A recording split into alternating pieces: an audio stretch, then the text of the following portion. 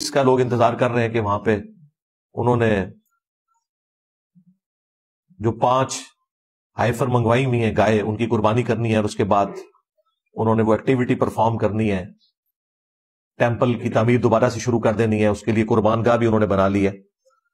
تو این ممکن ہے کہ یہ ایکٹیویٹی پرفارم ہی نہ ہو سکے، اگر ہو بھی جائے تو ضروری نہیں ہے کہ اس کے بعد وہ اگلا معاملہ بھی وہ چلا سکیں، یہ خواہش بڑے عرصے سے ان کی چل رہی ہے، اور اگر وہ بھی کرنے میں کامیاب ہو جائیں تب بھی اس کا کوئی دجال کے نکلنے کے ساتھ تعلق نہیں ہے، وہ اللہ نے اپنی مرضی سے ہی نکالنا ہے جب بھی نکالنا ہے۔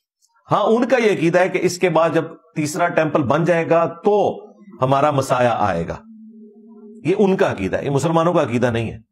ہاں، مسلمانوں کا یہ عقیدہ ہے کہ جھوٹا مسایہ آئے گا جو یہودیوں کو لیڈ کرے گا، اور سچے مسایہ عیسیٰ ابن مریم ہیں جو اس دجال کو قتل کریں گے، اور اس کے اوپر میں کافی دفعہ تفصیلاً ویڈیوز بنا چکا ہوں۔ آج ٹاپک نہیں کہ میں اسے ڈسکس کروں، آج اس مین ٹاپک کو ہم ڈسکس کر رہے ہیں اس حوالے سے۔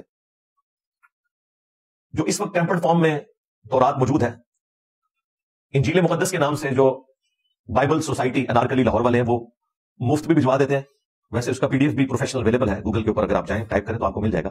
اس میں جو اولڈ ٹیسٹمنٹ ہے تورات، اور نیو ٹیسٹمنٹ یعنی انجیل اور باقی انبیاء کے صحائف اور زبور اور باقی جو چھوٹی چھوٹی کتابیں ہیں وہ اس کے اندر موجود ہیں۔ اس میں جو اولڈ ٹیسٹمنٹ ہے اس میں آپ کو ایک چیپٹر ملے گا بک آف نمبرز، گنتی کا باب۔ اس میں جو چیپٹر نمبر 19 ہے اس میں پاکی حاصل کرنے کا طریقہ، یہ ایک باقاعدہ پورا چیپٹر ہے جس میں آلموسٹ 22 آیات ہیں۔ اس میں جو یہودیوں کے ہاں پاکی حاصل کرنے کا طریقہ ہے، ان کے پریسٹ کے لیے یا ربائی ان کو کہتے ہیں وہ، ان کے لیے وہ یہ ہے کہ سرخ کلر کی گائے کو ذبح کیا جائے، اور اسپیسیفکلی حضرت موسیٰ علیہ السلام کے حوالے سے ایک واقعہ اس میں موجود ہے، وہی لیگیسی وہ پھر آگے لے کے چل رہے ہیں۔ یہ واقعہ قرآن کے اندر بھی ہے لیکن زمین و آسمان کا فرق ہے دونوں واقعات کے اندر۔ ظاہر ہم تو وہی واقعہ مانیں گے جو قرآن میں ہے۔ پہلے میں آپ کو بتاتا ہوں کہ توریت کے اندر کون سا واقعہ لکھا ہوا ہے۔ توریت کے اندر یہ واقعہ لکھا ہوا ہے کہ موسیٰ علیہ السلام کو اللہ تعالیٰ نے حکم دیا کہ وہ اس طرح ایک بچڑے کی قربانی کریں گے جو شوخ ریڈ کلر کا ہو۔ قرآن نے اس کے لیے جو ورڈ یوز کیا ہے وہ شوخ زرد کلر ہے۔ اب جو لنگوسٹک کے ماہر ہیں وہ کہتے ہیں کہ یہ بیسیکلی ایک لینگویج کا بیریئر ہے، عربی زبان میں اس کے ایکویلنٹ یہی ورڈ یوز ہوتا تھا۔ ویسے بھی ڈارک زرد کلر اور شوخ ریڈ کلر آلموسٹ قریب قریب ہوتے ہیں، لہٰذا اس پہ زیادہ تحقیق میں پڑھنے کی ضرورت نہیں ہے۔ پر وہ ایک یونیک قسم کا بچڑا تھا جس کی پوری تفصیلات سورۃ البقرہ میں آئی ہیں، جو انہوں نے بہانے کیے کہ ہمیں بتایا جائے کس رنگ کا ہو، اور پھر اللہ تعالیٰ نے ایک ایک چیز اس کی کھول کے بیان کی۔ شکر اینڈ پہ انہوں نے انشاءاللہ کہا قربانی کرنے میں وہ کامیاب ہو گئے۔ قرآن تو اس کی ریزن یہ بتاتا ہے کہ چونکہ سامری جادوگر نے ایک بچڑا بنایا جو کہ بولتا بھی تھا، اور وہ بنی اسرائیل کے لیے آزمائش تھی، اور اللہ تعالیٰ نے اسے اپنی طرف منسوب کیا ہے کہ ہم نے فتنے میں ڈالا ہے تیری قوم کو، ہے موسیٰ جو تو نے کوہ طور پہ آنے کی جلدی کی تو ہم نے تیری قوم کو فتنے میں ڈال دیا، اور سامری نے یہ سارا کام ان کے ساتھ کر دیا۔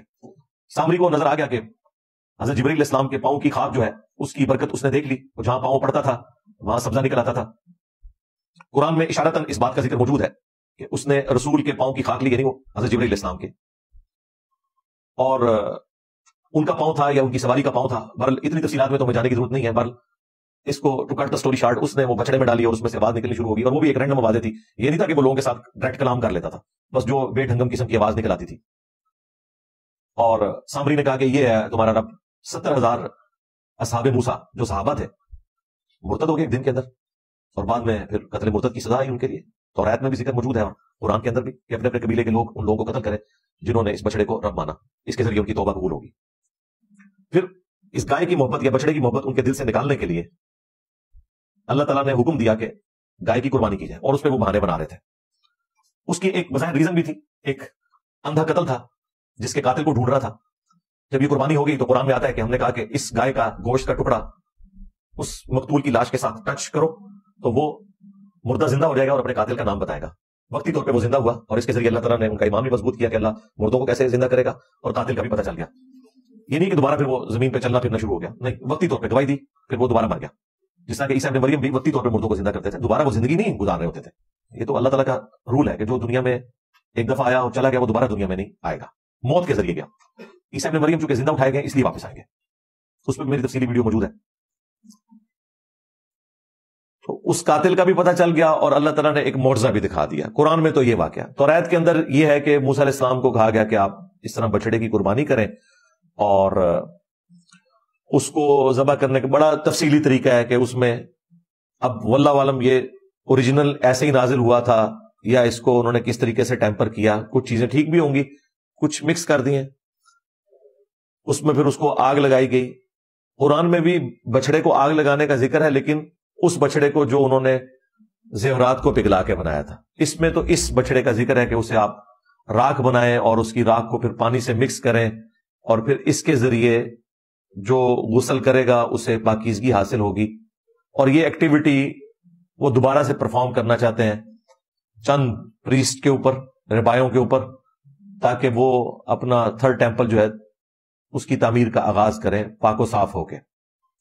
ان کے پیچھے یہ سٹوری ہے اس کی. تو یہ میں نے آپ کو توریت والا جو ورژن ہے وہ بھی بتا دیا کہ اس کے اندر کس حوالے سے لکھا ہوا ہے. قرآن کے ساتھ اس کا کوئی لینا دینا نہیں.